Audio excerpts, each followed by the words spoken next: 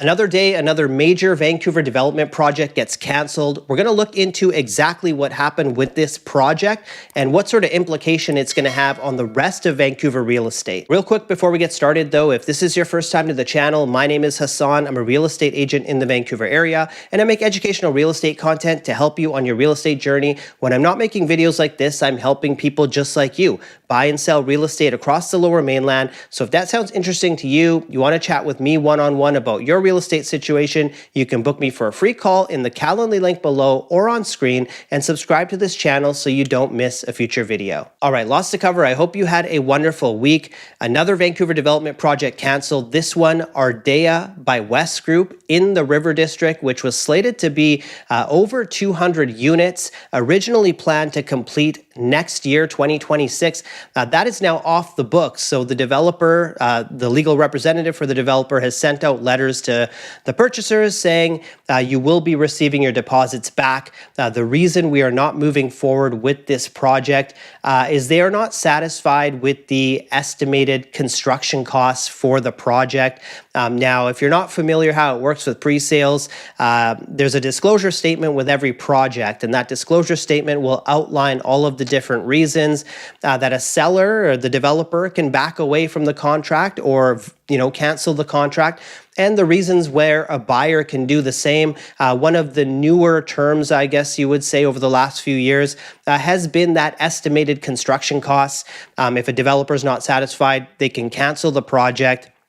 We had seen terms actually in there where it would say that if construction costs rose by a certain percentage, that the developer could apply that to the purchase price for the buyer, which obviously is a lot of risk for the buyer. So that didn't really go over so well. But in this instance, not satisfied with the estimated construction costs. This project, again, River District, was supposed to be over 200 units right at the waterfront. It was kind of deemed as a sort of a luxury style development at the River District. I had been to the sales center a few times with clients, and I thought it looked like a very, very nice project. I was actually excited to see how that was going to pan out. But it's not happening. The purchasers, original purchasers, they're going to get their deposits back. Now, the reason, there's a few reasons why this is such big news. Now, if you've been following the channel for a bit, we're talking all the time about different development projects getting canceled. Now, this one here, West Group, they own, I believe it's 130 acres that they own at the River District there, much of which they purchased in the early 2000s. I believe it was 2003 when they purchased this land. So, one of the things you have to think about is the price that they paid for the land when they purchased it would have been significantly, just insanely lower than what any developer has paid since then for other land in Vancouver, whether that's in 2015 or 2017 when land prices were really escalating. Those developers were paying a very high price, and then we saw, real estate prices kind of soften into 2018. Here's a case where the land is purchased in the early 2000s, and yet still, the construction costs, this developer couldn't make it work. Now, West Group, they're a very large developer, prominent developer. They do great projects, in my opinion. Back in June, the CEO actually came out and said, we have a crisis on our hands, but it's not a housing crisis that we are accustomed to. It is a cost of delivery crisis. We're not able to build homes at a cost that buyers are willing to pay. And at the same time, they laid off a significant, I believe it was over 10% of their staff that they laid off at the time.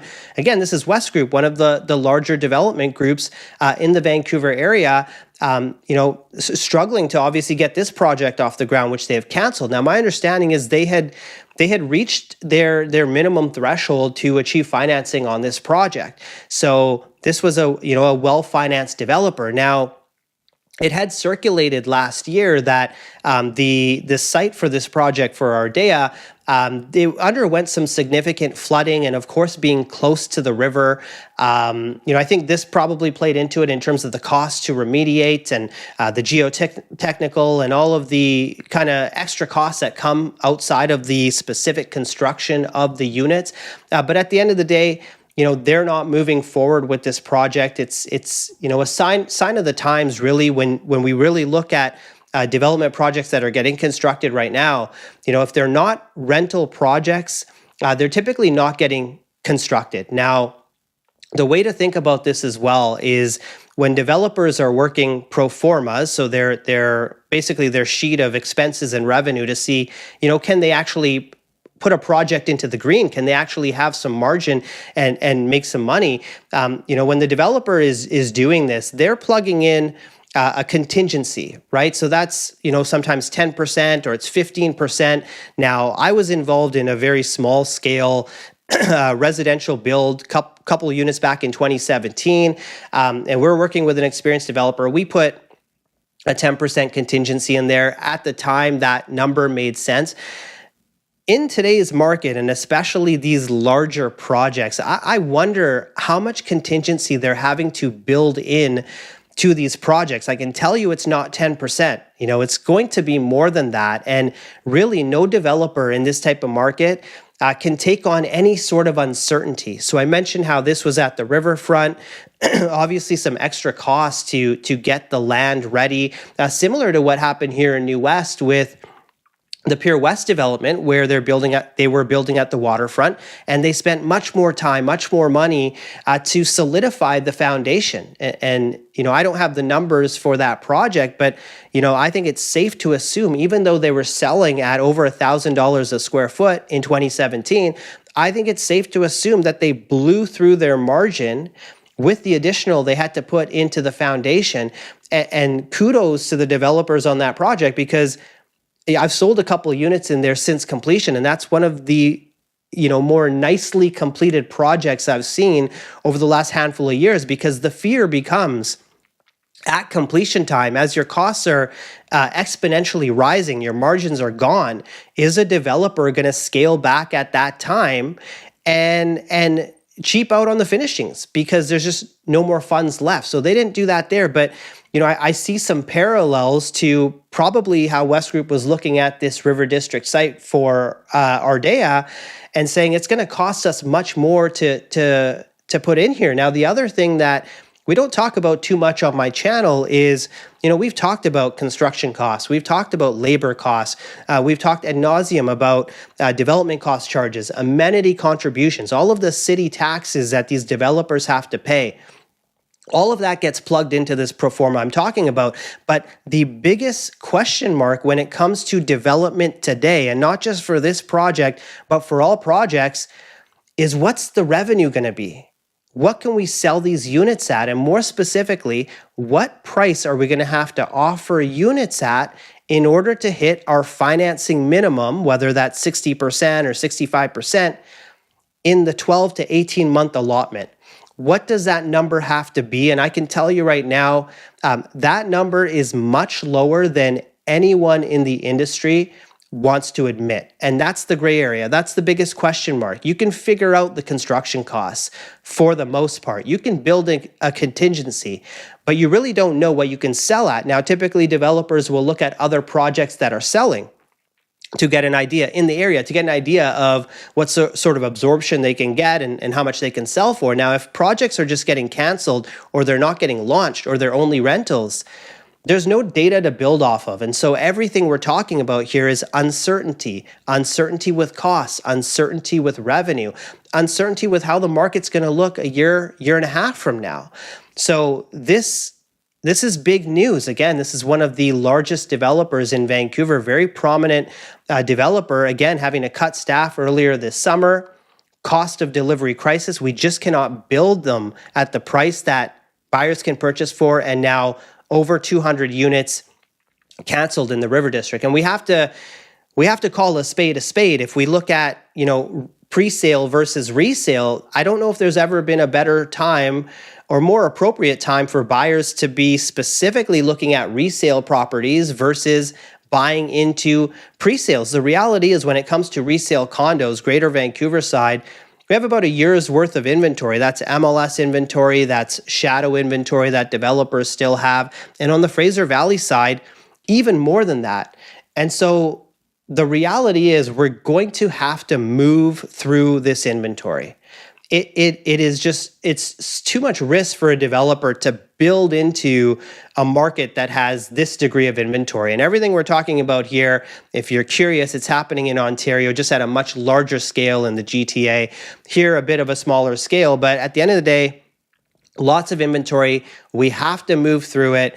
The risks just, keep increasing with pre-sales. I've done several videos on pre-sale risks. Now those risks become even larger nowadays. Now, most of the time, if a project fails within a certain period of time, you're going to get your deposit back. But what else can you do with that money?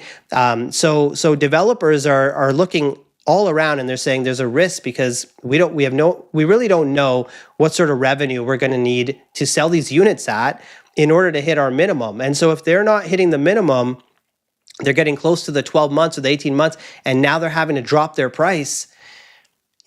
This is all of a sudden becoming just unfeasible. It doesn't make sense to actually launch and start these projects. And unfortunately, this has become a theme of Vancouver real estate and of this channel. And there's going to be more to talk about because there's going to be more development projects that are getting canceled at this stage.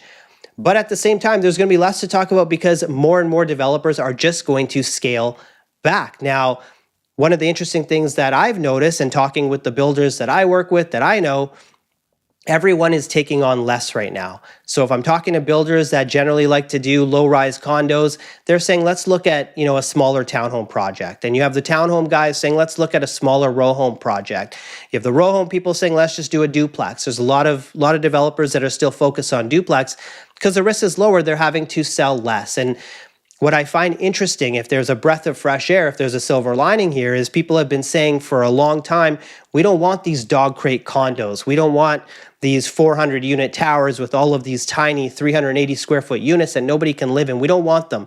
Well, the silver lining is the builders can't build them right now. And so things have changed. And so now everyone's kind of scaling back to build homes that people want to live in, family type of homes. And so that's what the market has been at least verbally saying that they want.